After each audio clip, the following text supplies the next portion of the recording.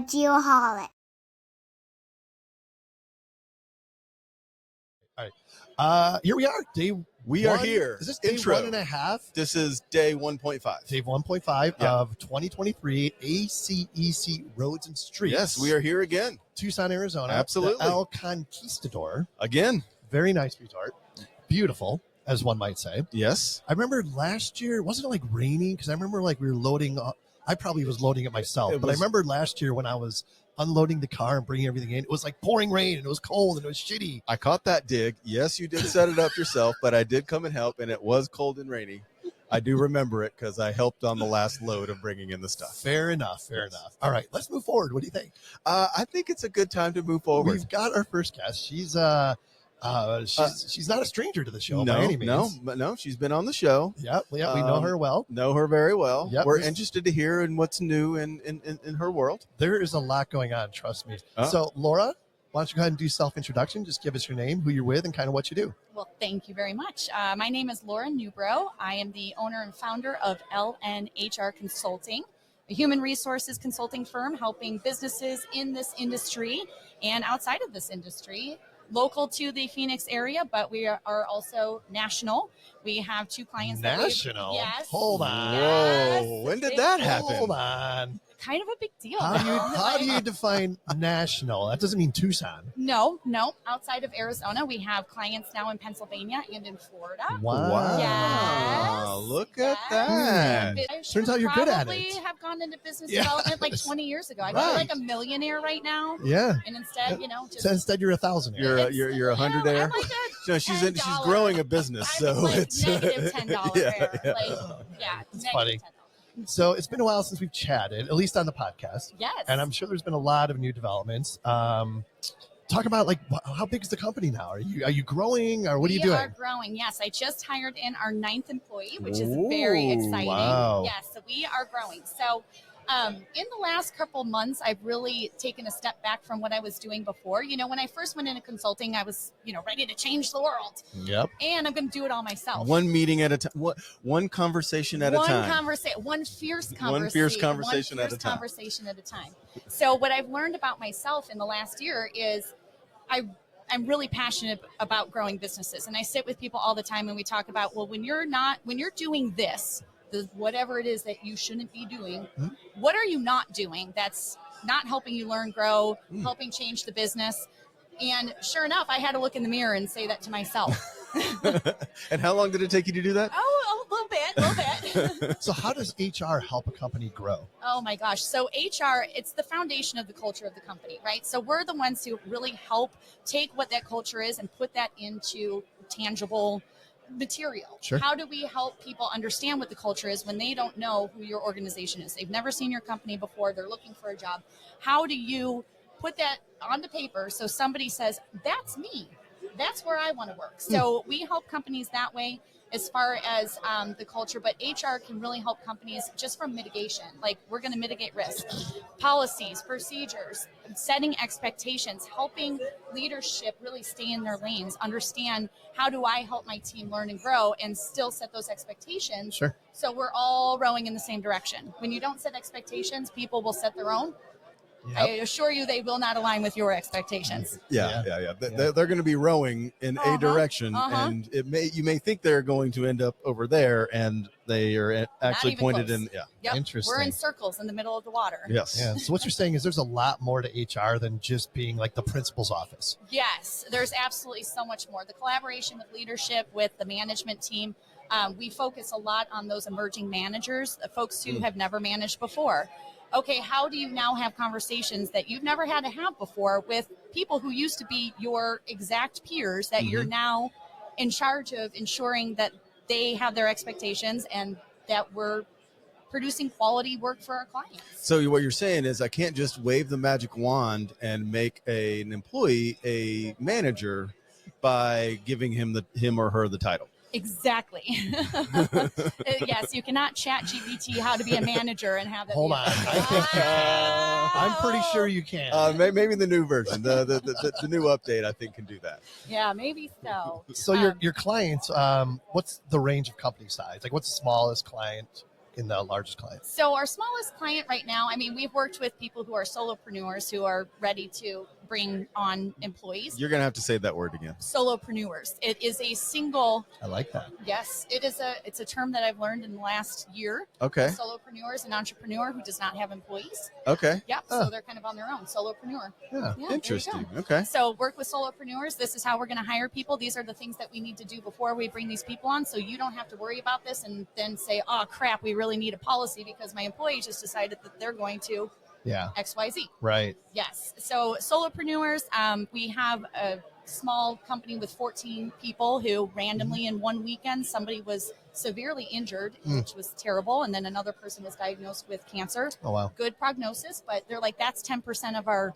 staff. Sure. And then what do we even do? How do we handle this? Yeah. All the way to, 30, 40, 70, hundreds. Our largest client right now that we're working with is 460. Oh, wow. So, All right. Yeah. And So how do growing. you, like, when you get a new client, and let's say, and probably in most cases, their HR is a disaster, right?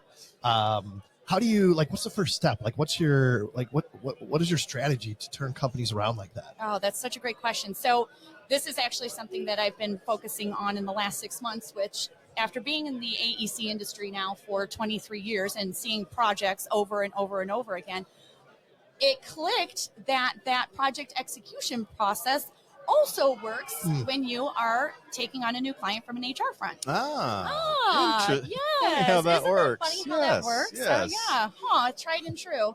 So I decided to give it a chance. So I said, all right, let's go in. Let's treat this as if this were any other project. So internally, we have project managers. We have like a program coordinator who oversees everything. So what we started doing was saying, okay, we're going to come in and do a discovery session, which is essentially like the request for a proposal. Yeah, Let's go yeah. in. Let's see everything that you have, start to finish. We're going to make recommendations, and then we're going to set a plan in place. So these are the things that we recommend you need to get yourself compliant. This is how we can help you. If you don't want our help, no problem, but you have all the list of things that you need to do. Right. Good luck. Yeah. You'll be back, don't worry. Yeah. So Job this is- security. Yes, and Yeah. then that is, we essentially treat that like a project. These are the things that we're going to execute in this amount of time. Here's a Gantt chart. Here's your project manager. We're going to have a kickoff call. Duh. Yeah. Yeah. After all that time, I was like, oh, maybe this is how we should do things because that's what I've been saying for the last 23 years. Okay. Interesting. Huh. Interesting. Came full circle. It did. Right? I know. Amazing concept. Well, and you're speaking your client's language Yes. when you're using and when you're following that project Yes. management process. Yes. Yeah. It's something that they can grasp because they live in it every day. Yes, Yeah. and I can tell you just by putting that process in place, the communication and the expectations, there's been very little misalignment of expectations. Sure. Yeah. Since we started doing that. I'm like, okay, this makes so much sense. And not that there wasn't before, but it just seemed that communication had to be so, you had to make sure that every 5 minutes you're sending an email saying we've completed this or whatever. Now it's, okay, we're going to meet with you once a week to go over, here's the scope of services that we're providing. Here's the % complete we are. Here's the deliverable. Like we're using Sure. terms like deliverables. Yeah. Things like that. Yeah, exactly. And it's funny, like I'm sure you're going to agree with this, but even just changing the terminology and the terms you use to match what the space that you're in changes a lot of what they experience. And 100%. 100%. You have to speak their language. Yeah. It's the same. We're providing it's the same word, service. and I mean it's the Yes. same thing. It's just a different word for it. Yes, exactly. And we've found that like with the schools, in the last couple of months, we've picked up 3 private schools. They all have a little bit different niche. Yeah, One's in the autism space, one is in the Montessori space, another is graduation solutions for people. This was an interesting term I learned. It's called education recovery. So they've dropped out of school and now they're going back to pursue their education. So it's recovery. Okay, but I would not have thought to use those words. Yeah, you're not calling them dropouts. No, we're calling them they're in in recovery. education recovery. Yes, exactly. Interesting. Yes. So, but it was learning those terms Yeah. so I could speak their language, and now they feel, first of all, that we've done our homework, that we care, Right. because we do care, Mhm. Yeah. and we want to work with you. Yep. But we've done our homework. Now we're talking the same language, and it just speeds everything along. And people don't look at me and say, "Well, I don't understand how outsourced HR works." Sure. After I've just explained in all words that Right. Yeah. didn't yeah. make sense. So, I wonder if there's a recovering geoholic out there somewhere. Oh, I'm I certain. got my We bracelet might need on. to start a program. Oh, I think that we have the tools and the Sure. partners we have access to the partners that I can agree. help us I make agree. that program. Look at I me! know. Look at me go! Look at me go! I know, just spitballing here. So I got a question. We talked. Well, we mentioned ChatGPT. Of course, we had a laugh. Blah blah blah. But it's a real deal. It is. And I recently got asked to be on a committee to develop an AI. What's the word I'm looking for? Like a policy guidelines. Yep. Mhm. For the company I work for. I'm curious. Are you hearing a lot more discussion about things like that? Yes, we're hearing it across the board. Any industry that's providing some sort of technical knowledge, like much like the engineering world, where you're going to have to submit a technical report or whatever that looks like. We're seeing more and more that people are wanting to put these guidelines in place and wanting to put the guidelines in place because we all know that if you're proactive, Sure. set the guidelines. Yep. Versus being reactive to, oh shit, Yep. we have to put a policy in place because something's happened. So I'm curious, what is that? What is that something? What is that? Oh shit! Something is. Oh, well, somebody used ChatGPT and got caught for plagiarism, or it wasn't accurate. Because at the end of the day, ChatGPT is just pulling stuff from the Oh, internet. sure. Yeah. Are you going to ensure that this information is actually accurate? Hmm. So it's. But how is that different than? I'm not disagreeing, or I'm just. How is that different from any other plagiarism or any other? It just seems like it's just another tool Mm-hmm. Right. that you can use to Sure. not do your job well, or Yeah, not. that's a good I mean, point. It's just so readily available, and it seems like it's trending, right? and maybe people don't associate the use of something like an AI bot Yeah. with Mhm. literally just copying word for word from Yeah. someone else and plopping Right. it as your own. Right. Yeah. And ChatGPT is so much easier to use. I mean, you go in there in 2 seconds, you have a whole thing generated. Yeah.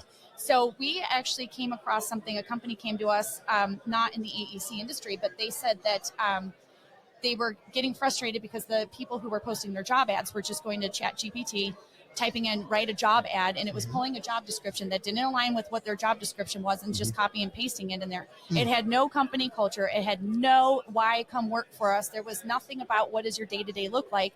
Somebody was hired in and had the set of expectations from the job ad that's posted on their website, Yep. was told that they were supposed to be doing something that was outside of this magical little thing. They were terminated, came back and said that they were wrongfully terminated, had all this documentation that didn't align with what the company's expectation of the role was. Yeah. So it's the more that you can set the expectations of how to use it, yes, no problem. Go and great ideas from ChatGPT about what this person should do on a day-to-day, but that should not deviate from the templates that your company is using, and ensuring that we have all the compliance components of that job description, and then it aligns with what you really want them Sure. to do. Yeah. Full transparency, I talked about it a lot. I mean, ChatGPT has saved me so much time preparing for the podcast. Oh, sure. It's amazing. So I love it as a tool for sure. But again, You still have to read the words, Yes. let yeah. them bounce around in the squishy part up here, Yeah. and make sure it aligns with what you actually want to do. Absolutely. But So- it gets you like 75% of the way there. What the funny story that he's not mentioning is Kent put together a list of questions from ChatGPT. Mhm. Our guest took those questions, put them into Oh my goodness. ChatGPT to Yes. get answers, and Yeah. the two of them were literally having an AI conversation that Oh my neither gosh. one. Yeah, they were- So Huh. funny. Michael Gula. yeah, That is exactly. so funny. Yeah. So So, funny. but the purpose of the companies putting these policies in place, and we're seeing everything from, we want you to use it when you're trying to send an email to a client to help you Oh, with yeah. your verbiage. Yes, Sure. great. But you cannot use it from a technical aspect, or you cannot use that and copy and paste that into a proposal. So Yep. we're seeing a lot of, I mean, there's been a lot of variation as far as what companies want to do as far as the AI, Mhm. but we are seeing that people want to be more flexible with it because it does help people speed up their ability to communicate. What's the A in AI? Artificial. Bingo. Yep, exactly. That's exactly it. It's artificial. Yeah. Yes. So, but we, again, proactive. When a company gets together and they set the policy, then we're setting the expectations of how the company wants you to use AI, rather than the employees deciding how they are going to use AI on behalf of the Interesting. company. Sure. Just Yeah. Good like any stuff. policy. Yeah. What else? I know you got places to go, Yes, things yes. to do. I'm excited to people walk to see. around. There's so many familiar faces here today. It's great. It's just so great to catch up with everybody and give Yep. hugs and high fives and celebrate everybody's successes. But Yep. yeah, aside from that, I will tell you, recently we've been seeing more and more just on the HR side. Everybody's looking for people. It's all about how you position your company culture. You need to radiate your culture to attract the people. The talent pool is small. Get your culture out there. Really focus on your vision, mission, values. Put that on your website, in your ads, and really try to attract those people with the same values. They're the ones who will. Yeah. They'll be there. They'll be the leaders of your organization. It'll be amazing. How do people reach out to you? What's the best way to do that? Oh gosh, you can visit our website, lnhrconsulting.com. We've got a little thing on there where you can request some information. It goes Perfect. to our info box. It's checked all the time. Yep. So Yep. Lauren, Yeah. good to see you again. Yeah, great to good to see see you guys. you. Thank Awesome you to so catch much up. for having me Yeah. on the show. Congrats I on your love being- success. Yeah, Thank you absolutely. so much. Yeah. Thank you. And congrats on the Europe trip. And I listened to the podcast on the way down from Germany. Oh yeah, Yes, yeah. We had a lot of fun. Bruno did. from Brazil. Bruno. He makes no plan.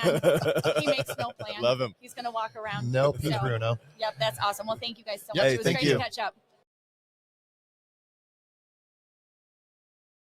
Okay, we've got Madison in the hot seat. Yeah. So, Madison, if you would, just real quick, self-introduction, give us your name, who you're with, and kind of what you do.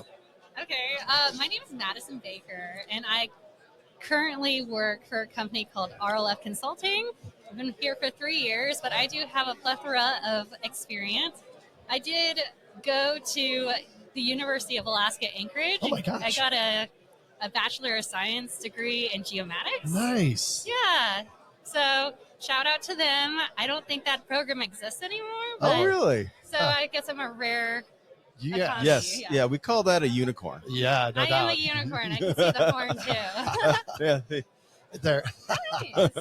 Yeah, well, so Madison's walking by and she's got a safety vest on, and we started chit-chatting, found out that she's pursuing becoming a licensed surveyor. I am. Right up our alley. Super cool. That's so awesome. tell us where you're at in that process. I'm actually studying for my FS right now. So I'm just doing practice problems and seeing how I feel about it. Yep. So, And how do you feel about it? I'm on the fence because I'm going through like a booklet, and like sometimes I'll like nail a question, and sometimes I'll be like, Sure. that didn't get it. Yeah, yeah. Hey, it's multiple choice. Yeah. Exactly. You got a 25% chance. And you don't have to get them all right. Yes. Just fill them all in. Yeah, yeah. So where did you live in Alaska then? Anchorage? Anchorage, Alaska. Okay. Yes. What brought you down here? The love of my life. Oh, Sweet. So he stole me up and he brought me down here. Stole me up. I love it. Yeah. I love it. So talk about RLF. Tell us a little bit about that company. So RLF is a great company. It's we feel like a family there. We're very small, but we do a lot of different projects. So Phoenix does a lot of like Foundry and Alta, and we both do like Tovos, and Tucson, me, does like a lot of construction. Yep. And so we also do a lot of drone work. I'm actually a drone pilot. Nice. Part Ooh. 107. Yep. Great. Did that too. Congrats. Really cool. I remember RLF. I've been familiar with the company for a long time. Of course, Mike Fondren's the survey manager, I believe, right? He sure is, yes. Yep. wait. You haven't worked there? I've not worked there. Is that the one company in the this one town that you company haven't I've worked not for worked yet? at. Got it. Yes. We are hiring, by the way. Oh, your opportunity There you is go. still there. There you Come go. on out. But I remember back in the day, maybe it's different now, but RLF was doing a ton of like telecom surveys. We Is still that are. still kind of like the core business? Yes. Yep. Phoenix does do a lot of telecom. The guys Mhm. are traveling all Traveling, over the yep, place. Yeah. Yeah. So you get exposed to a lot of different types of surveying, which is pretty cool, especially pursuing licensure. That's awesome. Yeah. So that's like actually what I love the most about surveying is that you really don't know what you're going to be doing. Like everything changes from day to day and you don't really get bored. Yeah. So it's really nice. It's good to like be in the office and like handle the technology, but it's also fun to go out into the field and you never know like where you're going to go or what you're going to do. So you get to see a lot of different parts of the industry. Yep. Yep. How has it been? Like we get really excited when we see a female surveyor, Yes. just because, I mean, as you know, it is a hugely male-dominated profession. That's not the right term. Not Hugely? no, not it's not male dominant. No. You're right. Male. We just talked about this. Yeah.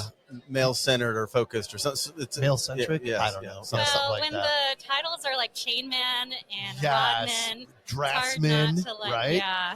Yeah, exactly. But it really doesn't bother me. So when I was in college, like it first started to kind of hit me because I would be like in a classroom and there'd be like two other girls in there and like just a sea of men, but and like older men. So it's like not just a man's field, but it's like an older man's field. So, Yeah. but you know, you just kind of get used to it, and I kind of feel right at home. All the Yeah. guys are super nice, very Sure. friendly. Yep, for the most part, right? Yeah. Yeah. And by the way, I think she just called me old. I'm certain that Pretty that's sure. what she just said. Yeah. Yes. Yeah. So how That's did she you? said. What? It's kind of luck, honestly. So when I first went to college, I thought I was going to do like the medical field. And then I learned that that's like not my personality at all. So I really like math and I love problem solving. And so I kind of knew I wanted to do engineering, but I didn't really know what kind of engineering. Yeah. So I knew somebody who was actually in the geomatics program. So I was like, well, I'll just switch over here. And if I don't like it, I'll kind of transfer. But I did get in. And I matched like a lot of like the energy the geomatics program was bringing. So Nice. I kind of That's knew awesome. it was a good place for me. Yeah. Yeah. And there's not too many programs like that in existence still. You know, it's kind of sad Yeah. Yeah. for sure. What about the the environmental conditions? You know, obviously surveying in Alaska is a lot different than surveying in Tucson, Arizona. Yeah, so you kind of have to pick your evil, right? So is the cold your evil Mm, or is the sun your evil? So Right. actually in Alaska, I actually worked on the oil fields, Oh, which wow. is way up north of Alaska, and it gets like negative 60 up there. Sounds so yeah, you horrific. have to like wear special clothing for that. But here it's like you also have to like wear layers so the sun doesn't like eat you alive too. So Right. everything it's just like has its challenges. Mhm. Yep. Yep. So I want to circle back to being a female in this industry. And in my experience, just so you know, females make better surveyors than old males. I'm sitting right here. But what like for anyone else, we talk a lot about outreach and how to get more kids and more females into the business.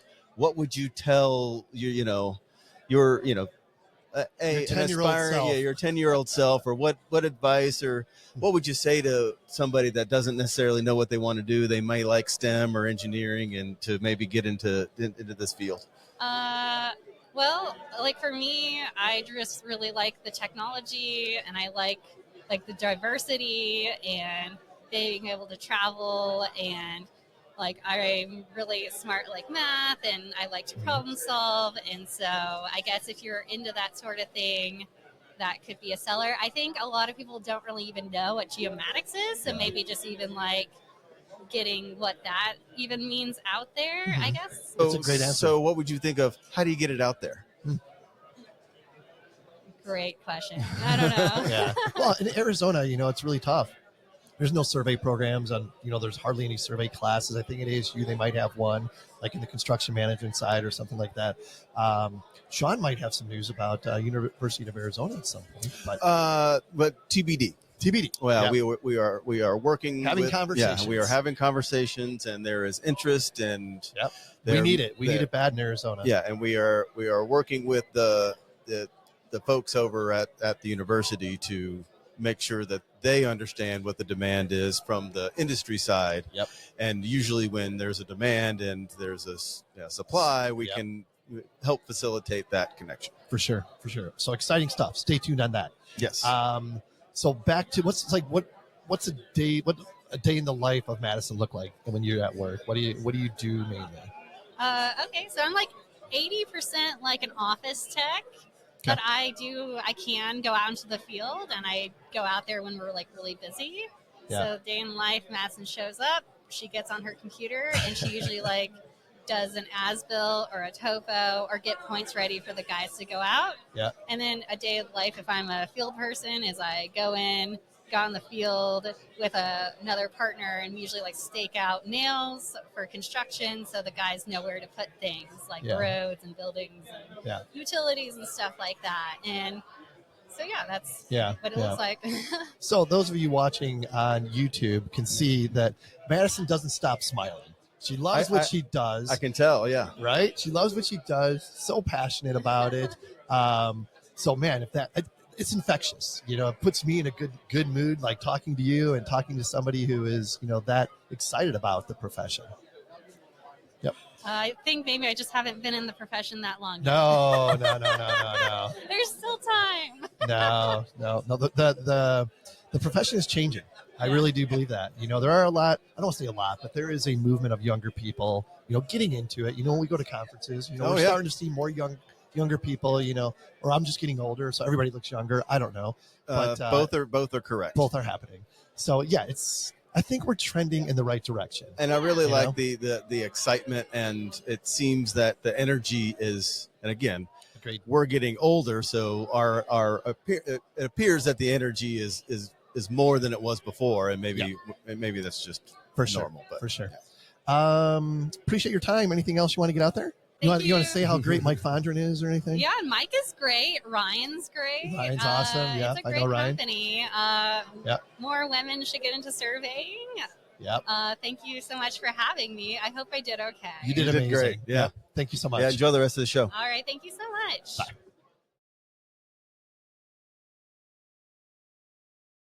All right, we've got Tim with us. Tim, we are back. No, don't start that. Self-introduction, Tim. Why don't you just give us your name, who you're with, and kind of what you do?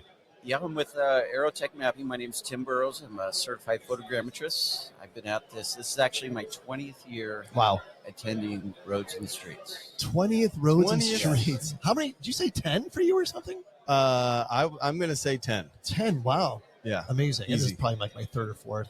Something like that. Easy 10, but yeah. Yeah, great event. Yeah.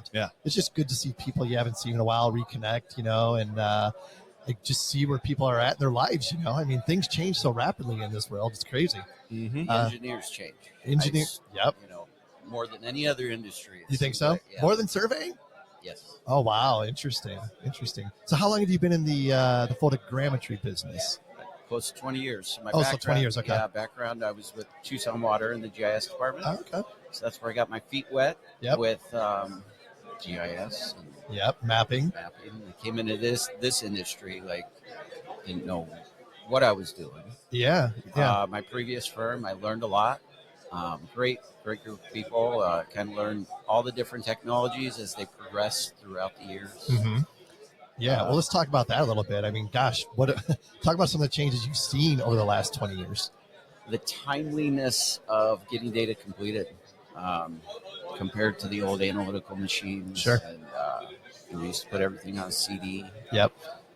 But the digital cameras have changed the game, and then bringing in aerial LiDAR as well. Right. A lot of us self-perform both at the same time. So, 10 years ago, we'd have a digital imagery aircraft, and you'd have your LiDAR aircraft. Yeah. You're flying two missions. Yeah.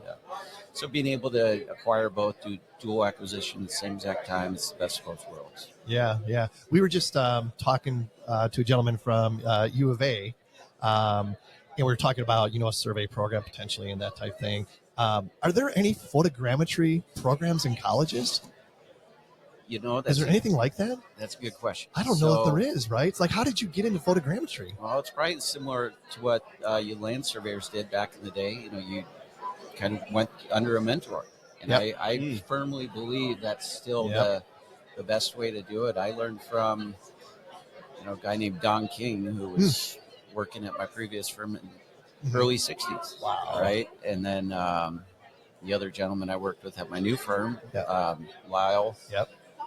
He's older than mapping itself. He's older than He'll tell you that. So just seeing a lot of these guys go before me, and then a lot of research videos. Yep.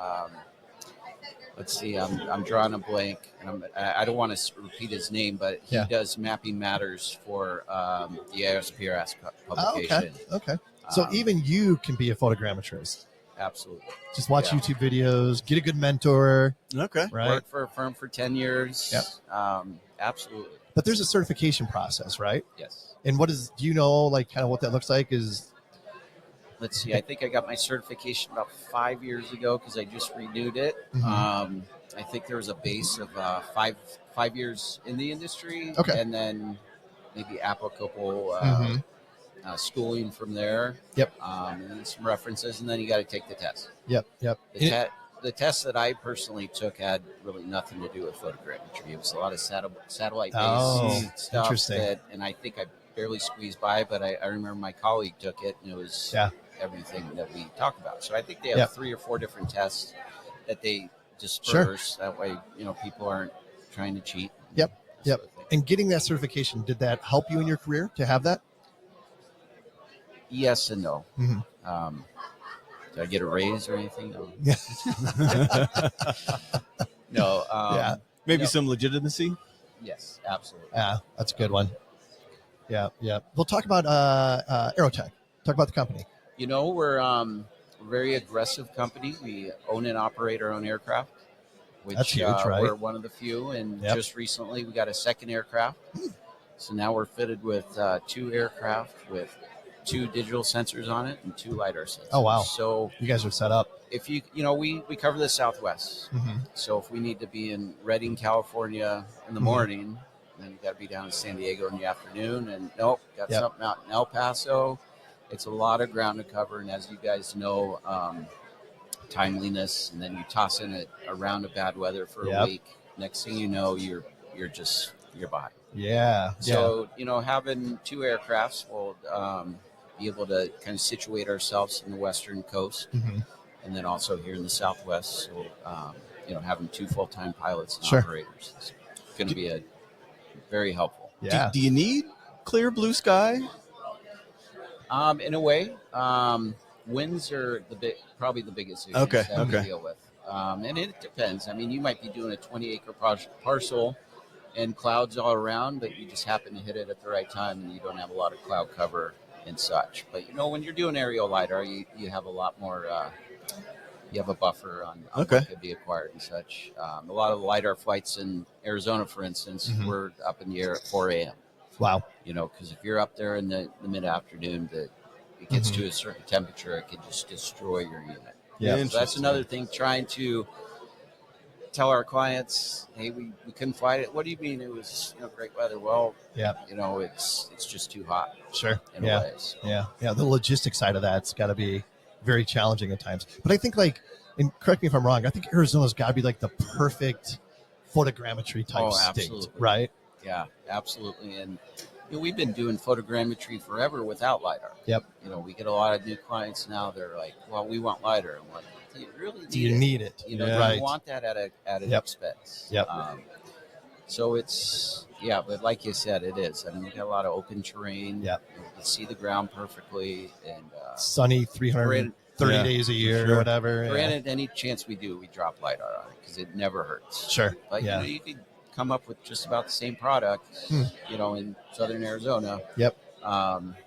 Southwest, with, getting by Sure. without it. Yeah. And it's and LiDAR at the same time, right? Yeah. Yeah. That's a game changer. Especially with the planimetry that we capture. Sure. So much easier to just compile it from the imagery from trying to piecemeal Yep. a bunch of points together. Yeah.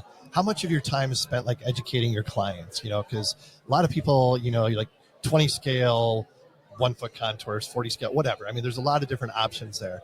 And even myself, sometimes when I go to request, a mapping project or whatever, I always have to remind myself, what do I want? Is 40, Or you grab the scope that you used last time and Yeah. just copy and paste it, Sean, and then Yes. Sean, that is a great point, and I'm glad you brought Yeah. it up because, we get a lot of requests. We do a lot of proposals. Yeah. And you kind of think to yourself, I've been doing this long enough. Do you really need that?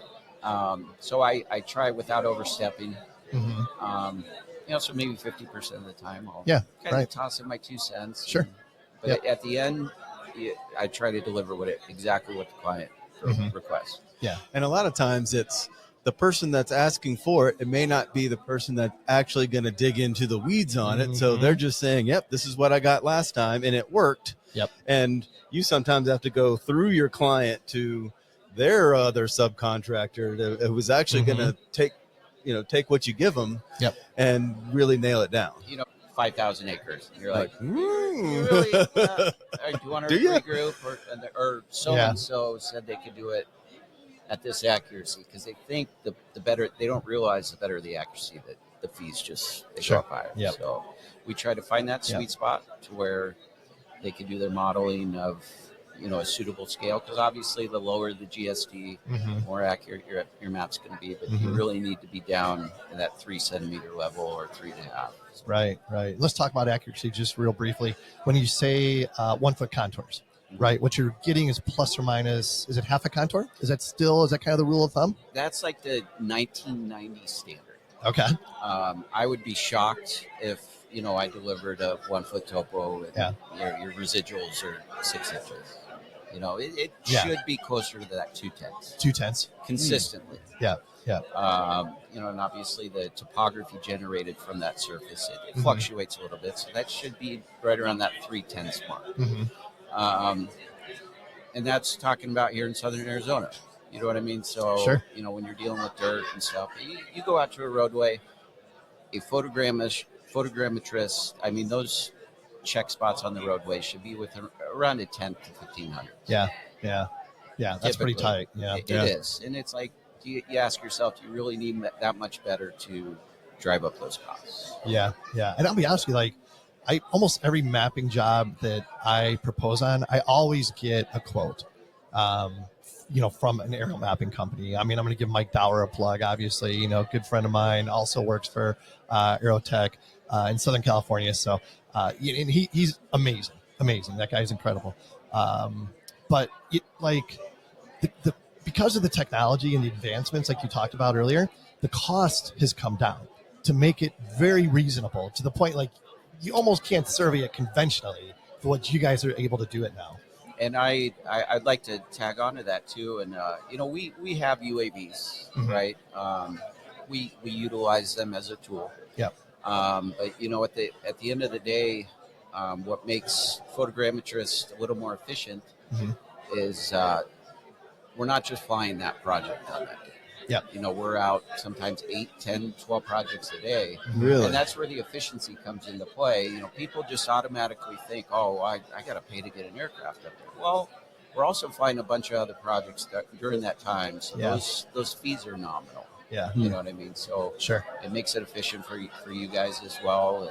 And and you look at the safety aspect. You really want to go throw a crew out in the middle of that. And like the turnaround time for the deliverables has come down so much. That used to be a big problem. It used to take like a minimum of 30 days to get a deliverable or something like that. And, now it's like less than 2 weeks sometimes. So. And to kind of go off that, us photogrammetrists, we're working with numerous clients. Yep. I mean, I always hear it a lot, a drone, I could do it in a day. Well, we could do the same thing in a day, but sure. we have 30 other projects we're working on. And that's where that 2 weeks comes into play. Yeah. So it doesn't necessarily take 2 weeks to do it. Yeah. It could take 1 or 2 days to do, but it's just in the queue of all the other projects. Yep. Gotcha. So one thing we ask about a lot is and this may or may not apply as much, but is the software or the hardware, who's winning the race as far as the technology and who's lagging behind? I'm curious on your side and in the photogrammetry space, is the hardware at the top and it's how to deliver it lagging, or is there still room to grow as far as the technology goes? I think it's more or less the personnel operating that software. Okay, interesting. It's hard to find good people. Yep. Just same way it is for you surveyors. It's you have these guys behind stereo compilation machines for 10 hours a day. It's not for everybody. Sure. They put on their headphones and they're drawn away. They're just cranking things out. Yep. But personally, I can't do it. Yep. It drives me crazy. I can't even really find the surface when you're putting the that red dot on the ground. I just personally can't do it. There's only a handful of people that can see in stereo well. Yeah. And finding those people and keeping those people.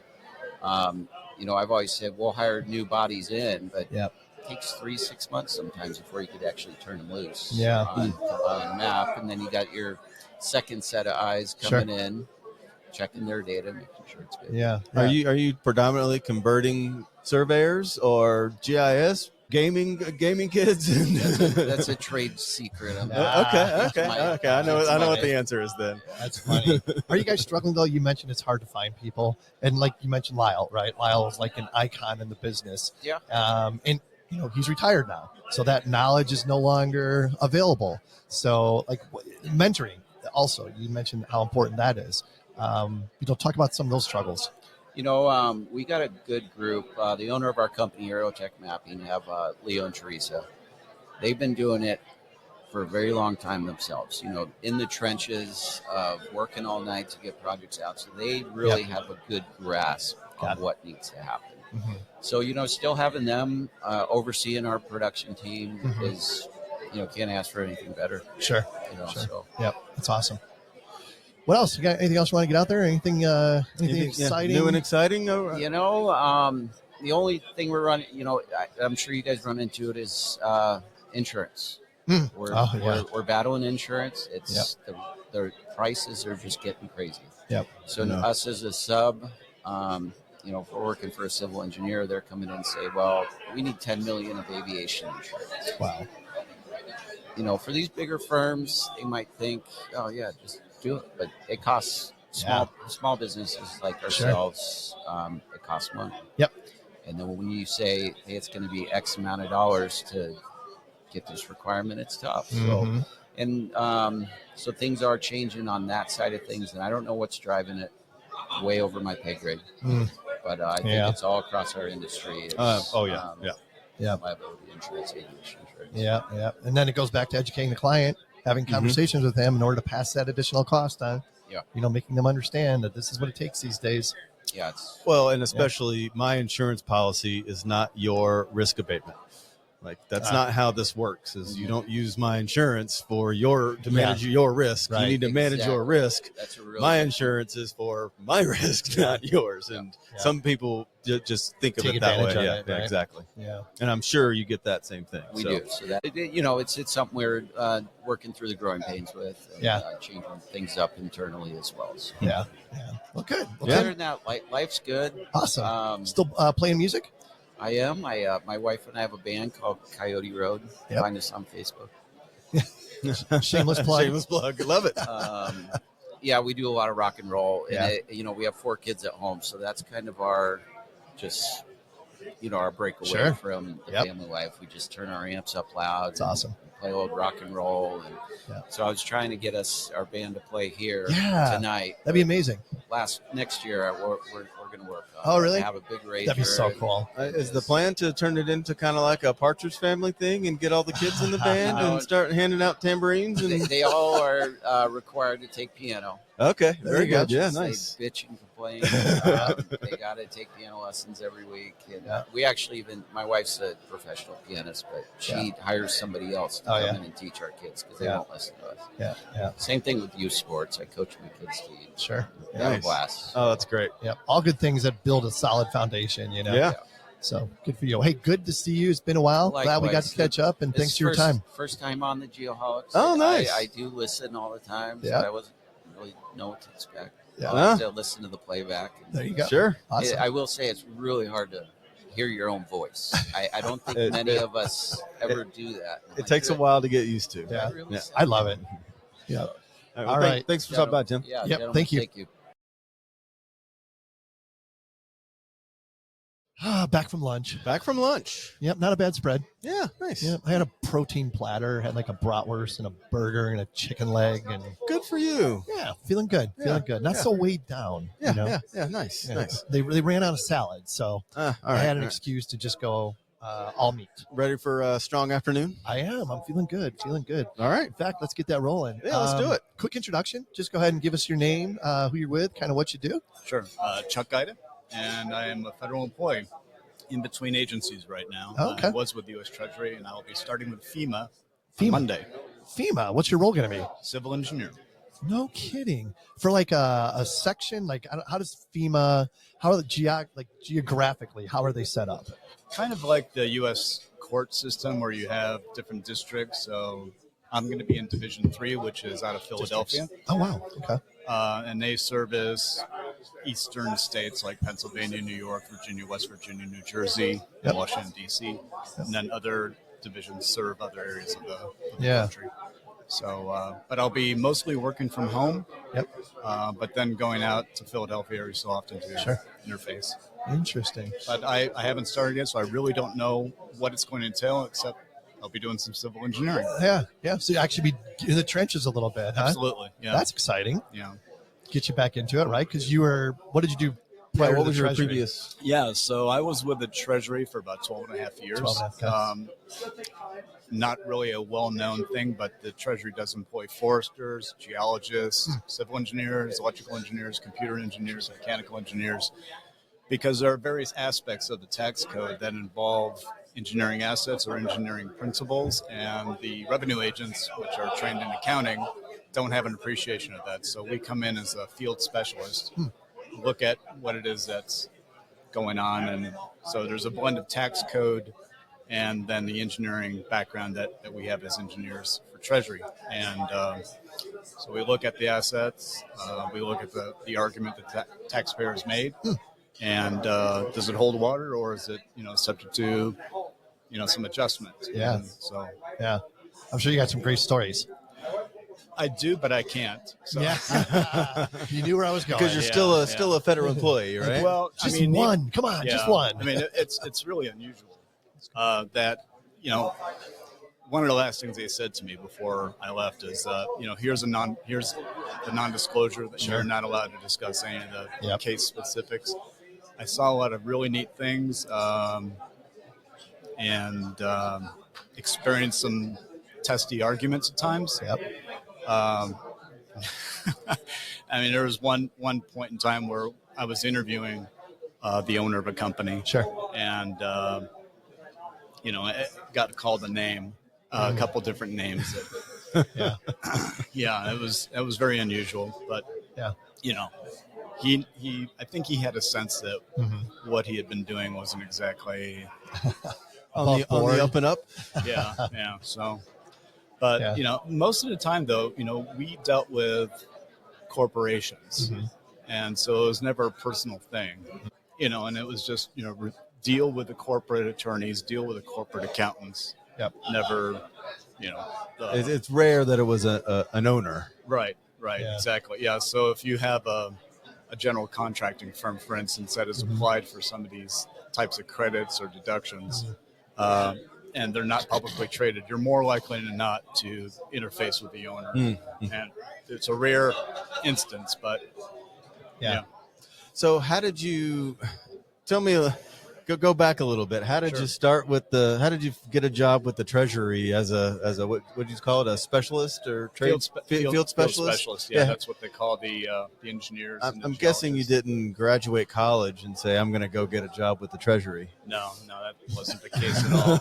Things were going along swimmingly up until the late 2000s when the economy turned. What were you doing at that upside time? down. I was a regional manager for a geotechnical firm in Las Vegas. Right up my alley. Huh. Yeah. No wonder you guys get along so well. Yeah, no wonder we get along so well. Interesting. We kind of know the same people. Right. We know where the bodies are buried. Right. Literally, right? Yeah, so I was doing a lot of deep foundation engineering on the Strip. I brought Turnberry Towers out of the ground. Steve Winsford's tower, I did the foundation engineering quality assurance. Oh, nice. Phase on that. Bellagio Spa Tower also. Yep. And so various other subdivision projects. I was also a certified environmental manager in Nevada, so I did some phase 1, phase 2 work also. Oh, Cool. nice. And So tell me a little bit about, you mentioned deep foundations. Like, what is it like designing foundations on the Strip? Like, they just throw up those casino, the towers just like nothing, right? I mean, there's a lot of due diligence, and I think it's a little bit more complicated than people would think. If you know anything about Mandalay Bay, yeah, and what happened there, and what had to happen to remediate that. Real quick, what did happen with Mandalay Bay? I won't name names. Sure. But the initial geotechnical investigation didn't really go down deep enough to discover that there was actually an underwater lake. And putting it in super simple terms, there was an aquifer and a trapped body of water, because that's all sedimentary. Right, And you got your caliche and sands and clays and more caliche. So there's kind of like this sandwich in the Las Vegas Valley, right? And so I think they had hit what they thought to be hard pan, which would be that caliche layer. But then immediately below that, as I understand it, there was this underwater lake. Wow. Or underground lake, if you will. And so when Mandalay Bay had been topped out, and you calculate how many pounds per square foot that you're going to apply, live load, dead load, and based on the depth of the foundations and everything, the building shouldn't settle. Right. I think, I'm not exactly sure how many years it was after it topped out, but they started getting cracked windows in Mandalay Bay. There's differential settlement that was being experienced in Mandalay Bay. So another engineering firm, I believe from Chicago, got called in to consult. And so the ultimate solution was to put a series of micropiles in and kind of create this nest. Okay. So that it wouldn't settle any further. Wow. And so had the investigation and geotechnical end been a little bit more diligent, they would have discovered that and maybe designed a different foundation system. The first foundation system I had was a Turnberry one, and it was a mat foundation. And another thing that gets looked over a lot is the water table. We were 7 feet below street grade until we hit a water table. Wow. So I had about 27 wells pumping out so that we could go subgrade without flooding the site. Oh, that's crazy. Yeah, you would not think that That's crazy. the water table is that shallow. Right. Yeah. And it's a perched aquifer. Yeah, sure. Right. Right. Yeah. Because, it's caliche, and that's ultimately what the mat foundation for Turnberry, that particular tower, was notched into a caliche layer. And it was real important not to go through it. So the last few feet of excavation really had to be Interesting. taken, take special care so you didn't have that caliche layer crack. So that Mandalay Bay example, what was Which I the- was not associated with. Oh, sure. Yeah, understand. yeah.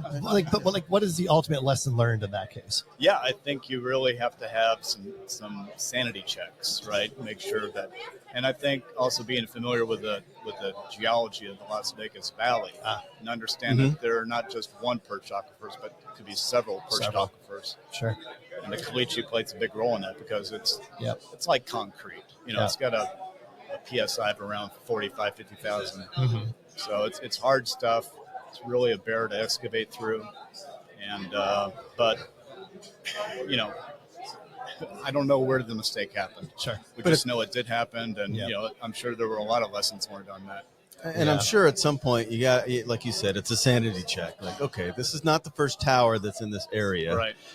What? Maybe we just got lucky and have much shallower foundation. I mean, that's the general check. The other rule is you always want a geotech from that local area so they understand Makes sense. the local. If you bring somebody from out of town, they may not know that.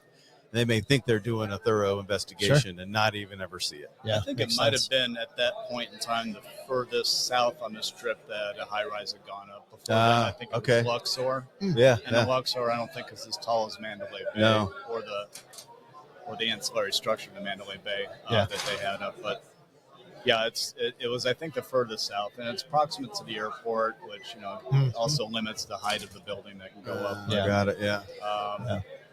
Yeah. So Yeah. we got to talk about the sphere. That's the biggest thing that everyone's clamoring about, and just what an amazing structure that is.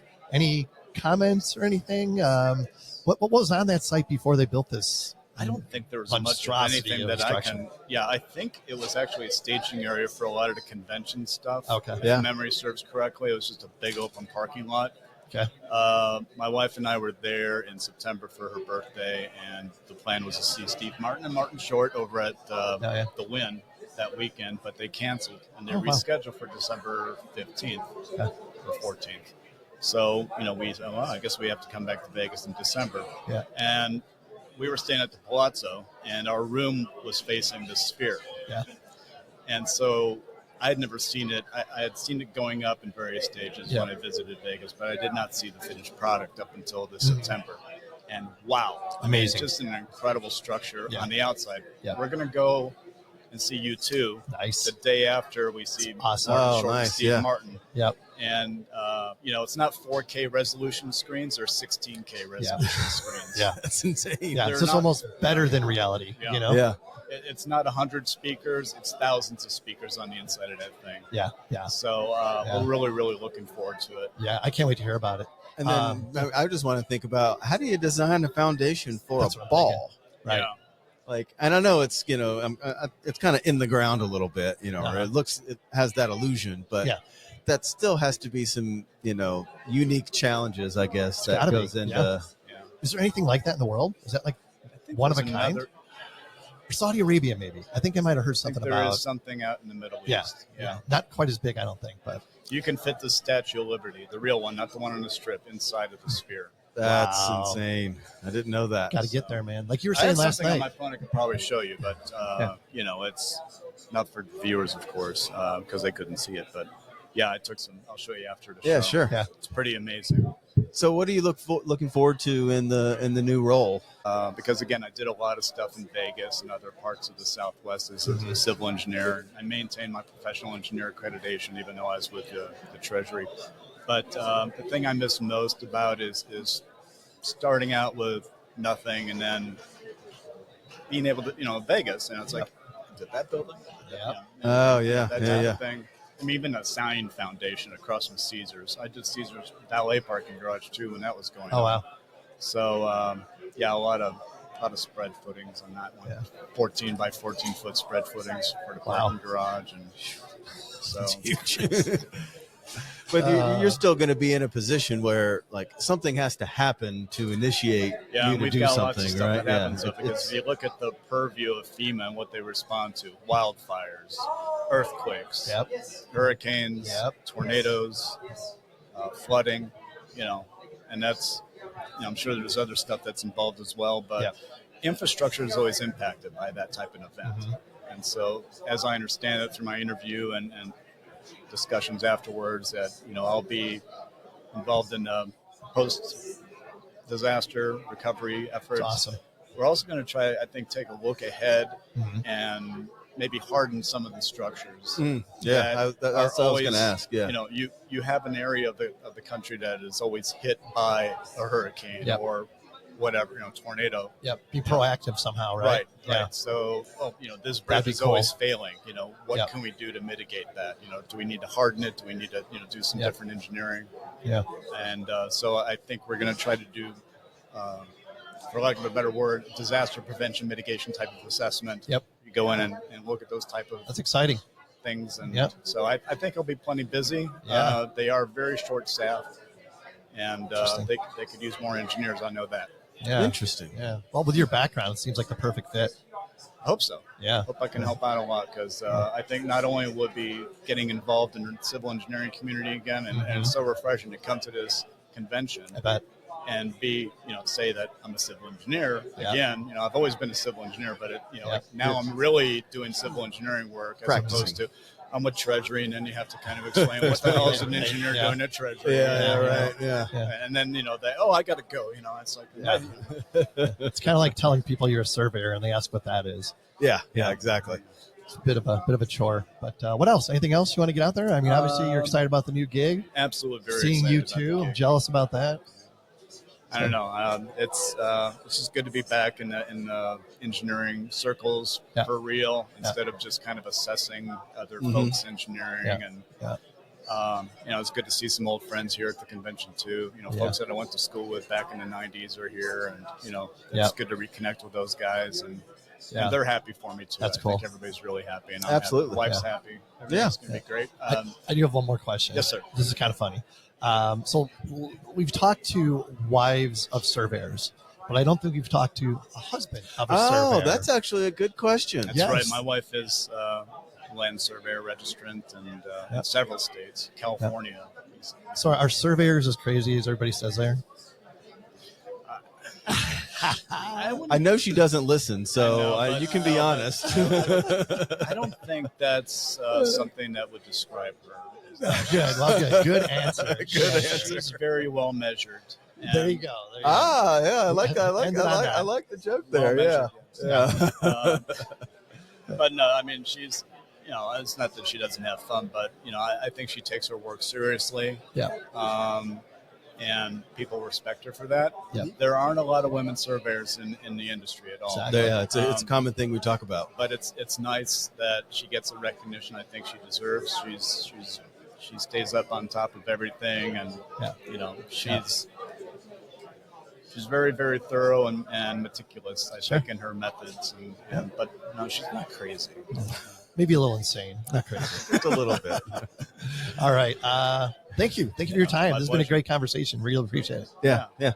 So maybe in a year I'll have more news on That'd be Yeah, amazing. yeah. Look forward to a it. year in review with FEMA. Yeah, and you'll be back here, so we'll do this again. Absolutely. yeah? Yeah, All right, thanks for stopping guys. by. All right. Thank you. And we're back. as We Sean are would back. say. Oh man, the food's starting to digest now. Yeah, Starting to yeah. feel good. Well, they cracked a keg, and I saw some margaritas flowing here, so this place will start to get a little livelier, Yeah, if that's possible. We're in a good spot. You see here. Oh, you yeah. see like the kegs rolling by. Yeah. Yeah, no, this is great. This is great. All right. We've got Chris and Reagan with us next. Just a couple self-introductions. Give us your name, who you're with, what you do. Reagan, why don't you go first? Okay, my name is Reagan Guevara. I am a business development representative with Chronicle Heritage. I source new business opportunities for our company, and that goes across the board, across the nation, and even internationally as well. Oh, wow. Awesome. We'll get more into that in a second. Yeah. Chris. I'm Chris Rail. I'm the regional principal for the Southwest at Chronicle Heritage. So I oversee the operations in Arizona, New Mexico, Texas, and for the moment, Oklahoma. Okay. Oklahoma. Yeah. All right. Well, before we go any further, you got to tell us, what is Chronicle Heritage? Chronicle Heritage is the largest cultural resource management firm in the United States. Oh, okay. And maybe soon internationally. So we've definitely been expanding our international footprint. But right now, yes, we are the largest sole cultural resource management firm. So we're all archaeologists. And that was our previous iteration was Paleo West. And then we had an acquisition with Commonwealth Heritage Group, which basically doubled the size of our organization and changed us in a lot of really awesome, positive ways. And we have a lot of resources available to us and just kind of untapped on what we can do in the future in this realm. So people that are listening that have no idea what you're talking about, just dive a little bit deeper into what it is you guys provide. Okay, so generally we're all archaeologists, and so land developers and anybody that wants to do something with land, certain entitlements and land clearances have to be done. So you have your environmental compliance process, which is in itself its own thing, but Sure. there's archaeological laws as well in place. So we're just part of that land clearance industry. Gotcha. And Reagan, how did you get into this? I was scouted for this job. Are you an archaeologist as well? I am slightly an archaeologist, not nearly as much of an archaeologist as Chris is. I went to school for anthropology and I studied nice. in undergrad, but Very cool. I was scouted for this, and it's super fun. I get to work along amazing people who are very well educated in this and get to learn every single day. So it's cool to be able to do that. Yeah, really exciting. I'm sure you got some amazing stories of stuff that you've come across. Anyone come to mind that you can share? I do on occasion get asked what's the coolest thing you've ever found sure. or whatnot. And okay, so as a graduate student, I did work in Mexico, particularly the Maya region, and lots of wonderful, cool archaeology down there. But what's the most interesting thing I found? That would be in the middle of Phoenix, in a urban metropolitan area, right? And was working on a road project, a street project, and they were trenching down the middle of 19th Avenue. And this is a really busy street in Phoenix. Oh, yeah. Right before you get over the Salt River there. Ostrich egg. Fully intact ostrich egg. And we're talking in the same trench that had pre-contact materials like grinding stones for Wow. processing corn, that sort of thing. Yeah. But this was later, a little higher in the stratigraphy. What it was is there was an ostrich farm on the corner of 19th Avenue, and I want to say this is, well, it's just north of the river, maybe Baseline or something like that. Okay. No, it's Southern Okay. Avenue. Yeah. There was an ostrich farm there at the turn of the 20th century. And if you think like Titanic and the Edwardian era and the ladies' hats, it was all big plumage. Yep. And ostrich feathers was a big part of that. So, Yeah. yes, here in the southern Arizona, you have this kind of burgeoning ostrich farming industry, primarily just for the plumage. And yes, I have this full intact, well, we had this full intact Yeah. ostrich egg. You could shake it around, it was like a clod of dirt, inside this egg. Oh, Anyway, man. to me, that was kind of the most interesting thing, Yeah. unexpected thing to come across. Right. So Reagan, what do you love about working for Chronicle, of course, and in your job? I mean, it sounds like you have a pretty exciting opportunity here to to promote and sell what Chris is talking about. Yeah, so I definitely think the most exciting part is that every day is different. I mean, all of our projects are widely different from one another. And getting to work across the nation, I have a counterpart and who's also a business development representative. Her name is Natalie Gomez. And we work together to find really cool projects for our teams across the country. And internationally, it's cool to hear all of the things that are coming about, that are being built. And like I said, I get to learn every single day, which is amazing to hear these kinds of stories. That was the first time I heard that, and it was very interesting, but cool. And you're going to use it again, aren't you? Oh, right? yeah, for sure. That's a selling point, Right. without a doubt. But yeah, no, I wouldn't have known that otherwise, and I think that's a piece of history that I get to learn about firsthand. Yeah, Sure.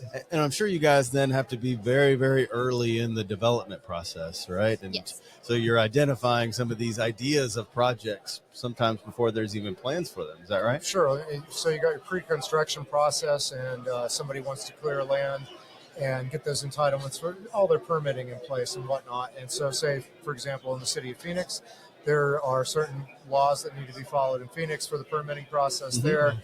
Cultural resources is a big part of that. So usually on the early end, we're out there doing the surveys, identifying any potential problems or issues that they have. They're further on the development process, and they've got land that they're going to build on, and they know that there's known archaeological sites there and whatnot. Okay. Then that's where we may be called in to handle all that mitigation work. Okay. So then we'll excavate and collect the data Yeah. and still clear it, but at least we've not preserved. I mean, archaeological work is destructive. We were actually removing this from the ground, but we do have the data and be able to do the analyses and figure out what was going on. Or the clear, like, is it purely non-destructive, or you dig a bunch of holes, or how do you do a bunch of GPR? We're survey, geospatial nerds here, so we love the technology part and how you get to where you need to go. That is a great question. Back east, I wouldn't really call it destructive. I mean, it is destructive. Anytime that you're putting a shovel in the ground, you're doing disturbance, right? So out here in the west, because we have such unobstructed views, there's not heavy vegetation and whatnot, we're able to conduct purely pedestrian surveys, and we can identify site areas just from looking at what is left on the ground. Really? Yeah. So Interesting. you'll have plenty, you can identify artifact concentrations. The type of artifacts that are there may indicate this is a habitation area versus maybe just more of an activity area, that kind of thing. But back east, where it's heavily wooded, where you have a lot of vegetation and understory, you actually have to do shovel testing and dig into the ground just to define where the site areas are. Interesting. Wow. So you do that systematically, maybe 25 meters, 50 meters apart. You put in a shovel. You have a positive one here with artifacts coming out. The next one, nothing there. Okay, let's do one more beyond that. There's nothing there too. That's good enough. We've kind of identified this is the extent of the site areas. So Right. That's how that works. So who are your typical clients? Like, who's hiring you guys? Private and federal and state, so those would be the three biggies, right? Federal work, particularly for the big land managers out west, so Bureau of Land Management, Bureau of Reclamation, Bureau of Indian Affairs, obviously lots of, if there's work on tribal lands and that sort of thing. And in the private sector, wide range. Utility work is a big one. Just even doing vegetation management within existing utility corridors for safety. Sure. Oh, yeah. A lot of our utility infrastructure was built, a long time ago. Cultural laws have really been on the books since, 1966, and really not being fully kind of enforced and institutionalized by, say the mid 70s, right? So a lot of those existing lines, they want that cultural work, us to go through there and identify. And when they're removing the vegetation, if you're going to be cutting down big trees, to say you're in a pine forest, and you have architectural features there, you don't want to be dropping limbs and things on things like that, right? Yeah. So it's quite a diverse array of clients. Yeah. But land sector, of course, being one of the most obvious, right? Because people want to build and make new things, but we also want to understand what was there before. Are you like, to do this, do you have to have a certification or a professional license? Like, are you a professional archaeologist or anything along those lines? Yes, we don't have any governing body that certifies anybody, but I am a registered professional archaeologist, which means I do have to abide by a code of ethics. And as far as specialization goes, for federal projects, they generally require a master's degree in anthropology or history or other related fields to meet the Secretary of Interior standards in order to conduct the work, or at least to supervise the field work and that sort of thing. Interesting. Yeah. How many times do people ask you about Indiana Jones? Dude, I was thinking the same thing. I But I you're held tired back. of it, right? I'm probably this was something when I was in grad school that it was hated by some of my professors that I said I went to grad school. I went to school for anthropology because of Indiana Jones. Oh my But God, that's awesome. whether or not people hate it as an archaeologist or not, I think it's so cool that I think that genre of movies is so well known and makes people fall in love with the field. So Sure. Yeah. What about? And I'm going to ask, and I'm not sure how to word this, but so because I'm picturing, you dig a hole and you find something. How long did it take you to be able to see right away that, okay, that was a grinding stone, not just a rock that's there? Like, because if you and I looked at the same area, we would see different things, right? Yeah, it's really not that difficult. I mean, it's like training, to just recognize something, right? So like a piece of groundstone that somebody was using to process corn, for example, is going to look very different from just a rock. It's going to, it'll look like a rock on at least three sides, but that fourth side is going to be nice and smoothed down, striations.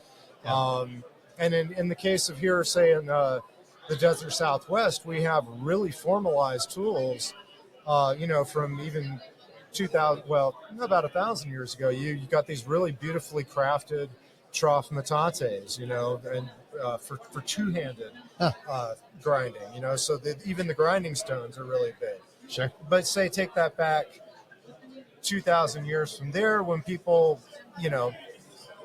without getting, here's the thing. I mean, we are archaeologists. We do kind of view some cultural processes in a linear fashion.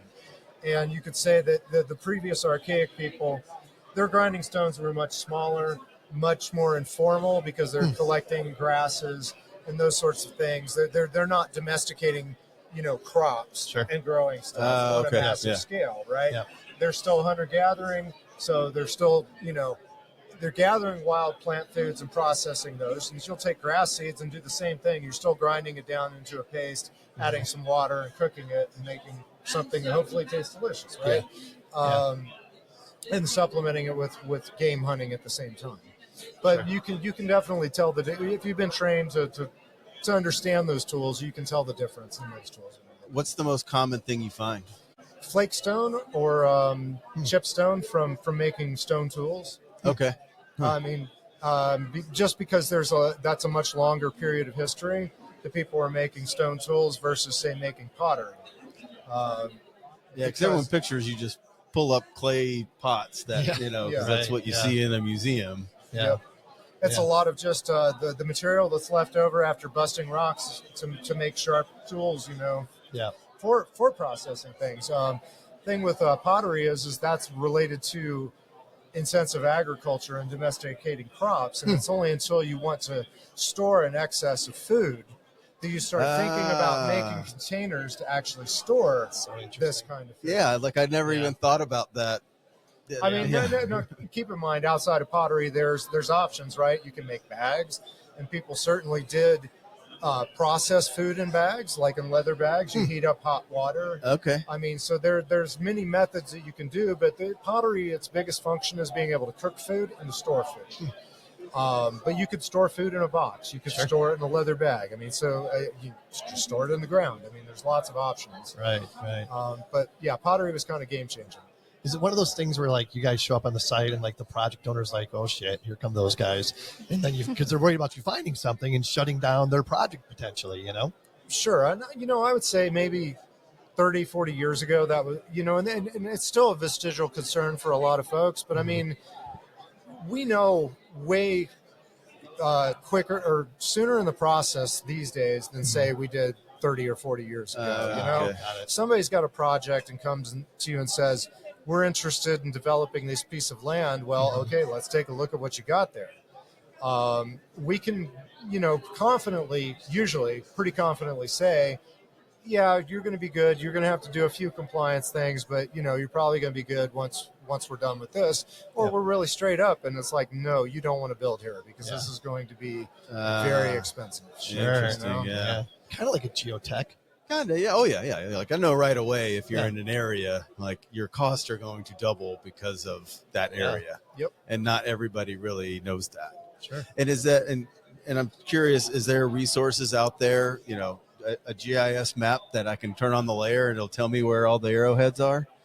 I know that's a very simple way to ask that, but yeah, pretty much every state has an electronic database for site information and previous project information and that sort of thing.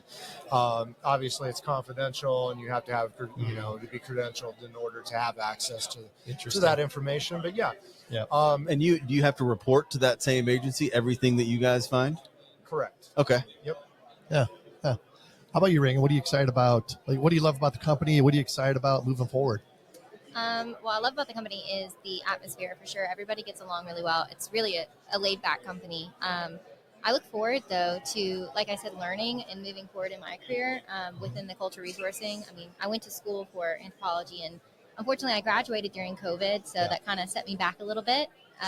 Getting hands-on experience. So getting to hear about it and know exactly what it takes to do these projects is really a nice aspect of my job. So. Awesome. Very good. You guys cover, you said, predominantly Southwest? Go anywhere? Chronicle Heritage is nationwide. In every state? In every state. Oh, okay. Yep. All right. Yeah. Yep. So Hawaii, Alaska, and internationally. So, we've been doing work in the Caribbean. Nice. Over the hump there in the Himalayas during World War II. So we have missing airmen that are still MIA. Yeah. We're part of that recovery process. Interesting. There. Yeah. And we're doing operations along the Red Sea in Saudi Arabia right now. So a lot of cool Roman sites. Oh, Roman that's out neat. there. Yeah. That's awesome. We gotta have these guys back for a full episode. Absolutely. Now yeah. my mind's really racing. Yeah, I know. Right. That would be awesome. That would be Yeah, cool. for sure. Well, hey, thank you guys for your time. Really appreciate it. It's been a great conversation. Yes. Yep. Enjoy the rest of the show. Awesome. Thanks. Thanks. Fantastic. Thank Thanks, guys.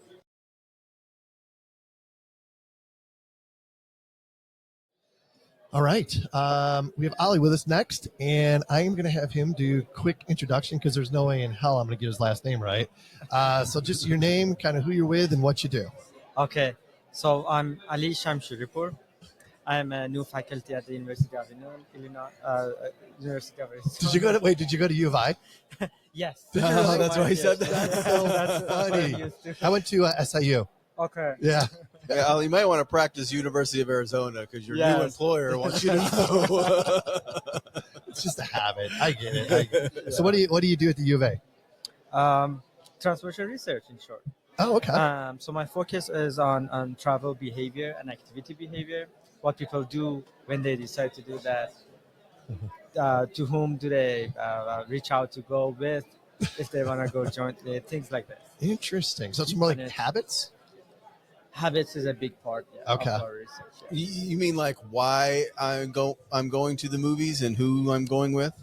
Or When it or how comes- many times I go to the movies and who I'm going with. The latter is more accurate. Okay.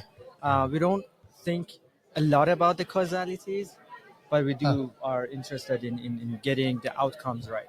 Interesting. So Yeah. So where do you get your data for this? there are tons of data out there. There are some national level data that is being collected every few years. Uh-huh. A famous one is National Household Travel Survey. They Okay. reach out to a lot of people in the country Yeah. and ask them a lot of questions about what they did in the past. Yeah. We will oftentimes also conduct our own surveys. Okay. We pair that with other data. Yeah. Yeah. So how long term of a project is this? It's not something you do like in 6 months, right? No, it's beyond that. So for data collection, Mhm. after you collect the data, everything cleaning the data by itself can take 6 months. Mm. You also need another 6 months for analyzing, or even beyond that. Yeah.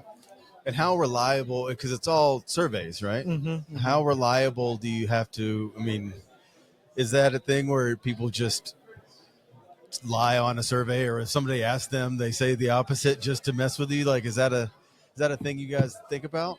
It is a big thing in our literature. We have different ways to measure how much Okay. people are honest in their responses and how much they paid attention to our survey. That's another reason the data could Okay. be Yeah. wrong. But at the end of the day, we have a saying: all predictions are wrong. Some are useful. Some are useful. true. I like that. I Yeah. love that. So is your background like, are you, did you go to school for civil engineering? Or Yes. Okay. Yeah. And you got your master's as well? And that's what you're Um, working on? I got my master's in transformation engineering as well, which is part of Okay. civil engineering, but it's in Sharif University. Okay. in Iran. Yeah. Yeah. So what Yeah, like, go what does the deliverable look like? Or when do you plan to have this study complete? Oh, it's just an ongoing effort. Okay. So we, for example, one study that we did was for city of Chicago. Back in the day, they were piloting the how successful the e-scooters, the shared e-scooters could yeah. be. We reach out to all of those who've used e-scooters even once, and we asked them questions. And the output that we got from that was people like this mode in general in Chicago at least. And there are some benefits to it. Some are combining this with transit, which is a very good thing to have Interesting. in terms of sustainability and things like that. Yeah. Yeah. So was that a study that you were just decided to do on your own, or does somebody go to you and say, hey, what would really be beneficial is tell me if this program was successful in Chicago, and then you guys go and do it? Is that how it works? Works both ways. Okay. Sometimes the sponsor reach out to the research team. Sometimes it's just out of their own interest. When I joined U of A, I also joined as an assistant director to the Center for Applied Transportation Sciences, Okay. CATS for short. And at CATS, we are doing a ton of different types of research. And oftentimes it's the sponsor who reaches out to CATS Uh-huh. with specific research questions. Okay. But yeah, at the end of the day, we are research nerds. Sure. Yeah. Sometimes they do things for free. Yeah, one of my coworkers, Drew, we rode down here together, and he was telling me about his thesis or something. He's for vehicle communication. Oh yeah, So interesting. connected vehicles. Yes. Yeah, Wait, like, what? it's like the vehicles are talking to each other. Like they currently are right now, or they No. can? In the near future, there will be. And what's the benefit of that? Well, just like if this car is driving erratically or something like that, a warning would come up or something in your car, or if there's something down the road, it would come up and hazard ahead or something like that. Or if like you're in an accident, a mile up the road, it can notify everyone around you. Yeah. And Interesting. that's just like one small component of it he was talking about. Right. I mean, think about that. There's also efficiency components to it. Sure. So when vehicles can interact with each other, they can maintain much smaller gaps safely. Yeah. So before braking, before the front vehicle brakes, it can inform the rear vehicle that I'm gonna brake. Yeah. Be ready.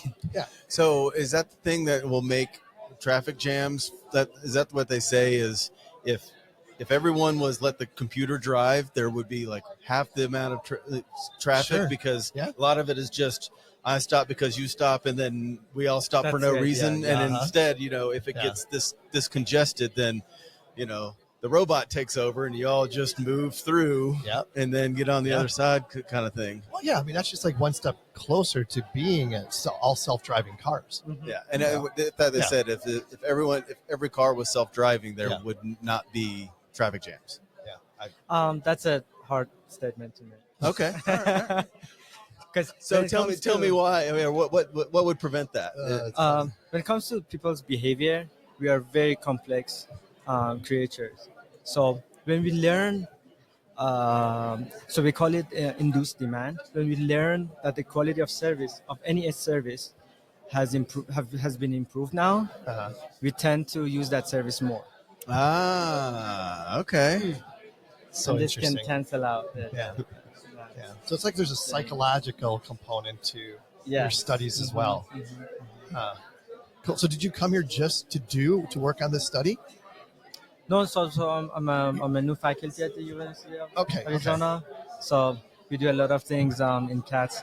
I'm just Gotcha. happy to be part of it. Oh, okay. Yeah. Got it. That's exciting. Yeah, it really is. So what's your end goal? Like, do you want to be like a full-blown professor of some sort, or what do you? Definitely. Yeah.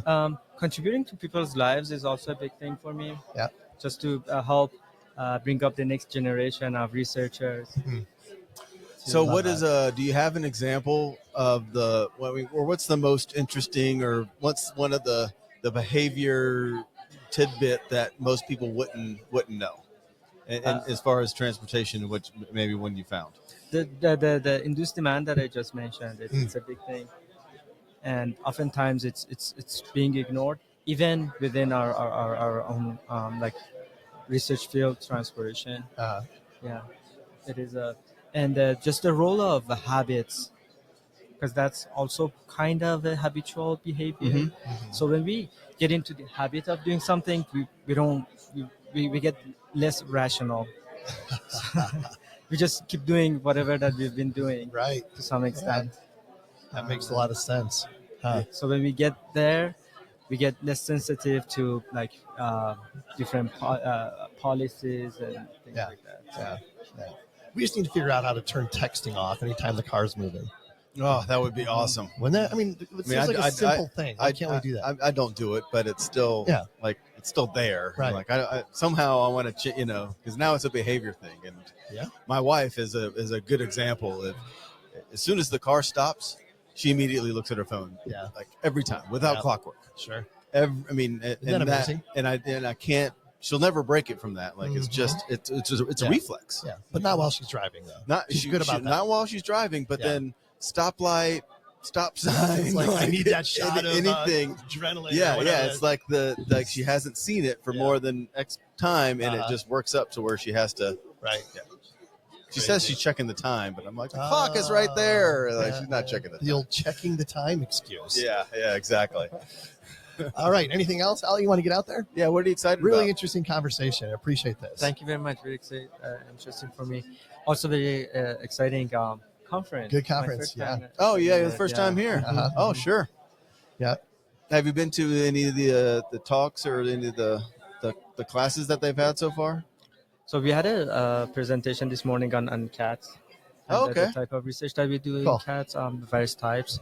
But apart from that, I've been just doing networking mostly. Yeah. Perfect. Nice. Great for that. Yeah. And podcast, of course. Of course. Yes. Well, Ali, thank you so much. That was Yes, great. Thanks for Thank you stopping very by. much for having me. Yeah. Great to meet you. Okay, we've got Ryan and Kendall with Yeah, us. yeah, here excited. in the hot seats. This is going to be a great conversation. I'm going to let them do just some brief introductions. Just give us your name, who you're with, kind of what you do. Kendall, why don't you go first? Yeah, awesome. So my name is Kendall, and I'm with Burgess & Nyepel. We are a full-service civil engineering firm headquartered out of Columbus, Ohio, but we have 26 offices in 12 Oh, states. Wow. Okay. Yeah. How many employees? We're a little bit over 500. Okay. Yeah. at the moment. But Yeah. at Burgess and Nyepel, I am a marketing coordinator, so I get to interact with a lot of our technical staff. So Nice. I've got the numbers. I knew Yeah, you're Okay. offices. Yeah. I got them. So prepared. And I'm guessing Arizona is one of those states. you are correct. Okay. Yes, we have offices in Phoenix and Flagstaff. All right. And Ryan, how about you? Yeah, so I'm Ryan Cercello. I am our Director of Utility and Civil Infrastructure. So I primarily deal with water, wastewater, pipeline conveyance work, but then also dabble in municipal transportation, and that's kind of where I started my career. So I know a lot of the folks here at the Rosen Streets Conference. So. Okay. So, like, what are here in Arizona? Let's talk about that office. I mean, do you guys like specialize in something? I know that's how it works, in kind of your size company. Sure. Yeah, so here in Arizona, kind of our two really stalwarts are transportation and then water wastewater design. Yeah, so we opened our office here in Tempe in 1984 and have been doing those two disciplines out here ever since, and also have a very strong bridge inspection component to the work we do here for ADOT across the state. Do you guys use drones for that, for inspection? We do, yeah. We have a full drone program and a drone fleet now that's a number I don't know. I think we're up to like 13 or 14 different drones of different sizes and capabilities, and they're always trying them out and trying new things. Gotcha. How about company-wide? Is there something you guys are known for? I would say bridge. I mean, we've been around since 1912. Oh, wow. Columbus, Ohio, like I said, is our headquarters, but we don't quote me on all this, but something with bridge inspection and the rope used to do it, or the technique. I don't know if we originated it, but it dates back pretty far to Burgess and Nyepel. So we started with bridge, we started with water, and then it kind of grew from there to full service architecture, environmental services. Yeah. Wow. Well, I mean, there's such huge concern about our infrastructure. Sure. Right. Talk about that a little bit. I mean, what do you know about that? Yeah. Well, I mean, just obviously we have an aging problem. All of our infrastructure is aging, and nothing's getting younger. And so, there's a big component of what we do of asset management and asset assessment. And we've even gotten a group that's gone into kind of the statistical analysis of actually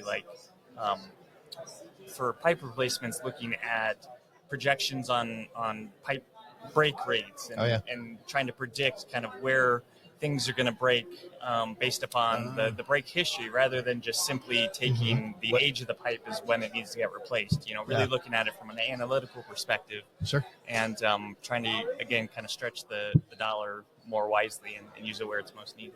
Sure. And then you said something as far as the aging infrastructure, and everyone says, what if you evaluated all the bridges? Yeah. I've heard this, I guess, but evaluate all the bridges, it's like a D- or something like that on the scale. Do you see that improving, or is it going to, two-part question, is it continuing to decline? And is the bridges built now lasting longer than the ones built 50 years ago? I mean, I think from a perspective of time is still passing. So yeah, I mean, it's always going to be, things are going to be getting older. Things are going to be, exposed to the elements. So yeah, it's always going to be an issue. I think we've seen a lot of federal funding in the last year, 2 years that has come in and certainly will help things in a short-term manner. Hopefully that can kind of become more of a continual source of funding. But certainly I think, just everything. Sure. Yeah. So, Kendall, what do you love about the company? What makes your job easy? Because you love Burgess and Nyepel so much. I do. The people. Absolutely the people. So I came to Burgess and Nyepel straight out of college. So I came green to the AEC industry with a graphic design degree. So I did not expect to be here. But the reason I love Burgess and Nyepel is truly the people, the culture. I love my boss. She's an incredible mentor. The people I get to work with, the technical staff. And I've always been a lifelong learner too. So having a design background, but working in engineering, I learn something new every single day.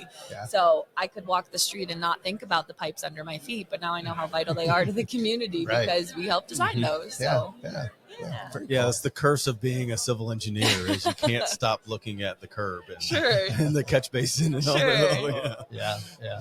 So is your company growing? Are you constantly expanding? Are you guys kind of in that mode? Yeah, definitely in a growth mode. Yeah. Definitely hiring, and you know, we've opened several new offices recently. Are expanding more in the Northwest, in Portland and Idaho area. Still try to be pretty strategic with our growth, though, making sure if there ever is a merger or acquisition, they fit culturally with what we're cultivating at BNN. But yeah, absolutely. And we're definitely, you know, we're still privately owned, you know, employee owned. So it's engineers own and operate everything we do, and that's really at the core of how we want to grow and you know, the service we want to continue to provide our clients. Yeah. And what other services do you guys provide besides transportation and water resource? So, like you say full service. Do you do surveying in some offices and things like that? We do have surveying. We have structural. We have some electrical engineering. We do some MEP services in Virginia.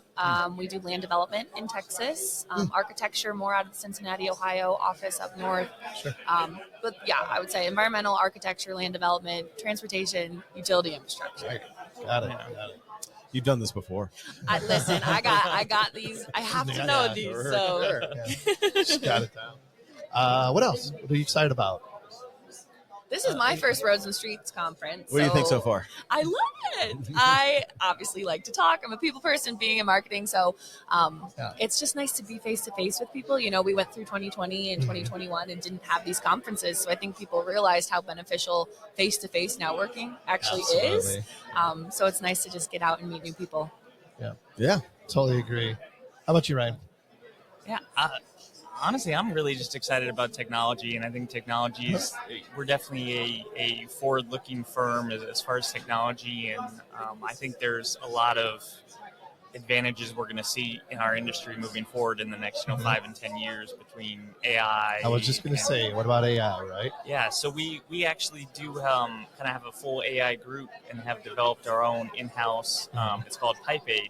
And so it actually analyzes the CCTV video footage of like sewer lines. Okay. Which normally a human being has to sit there and watch hours and hours and hours to code all the defects. Yeah. And so we've actually trained an AI platform to watch it and do all that coding. So, yeah. That's awesome. Yeah. I mean, this is the awesome. most boring. I've seen I've people that do this too, and it's the most boring movie you've ever seen.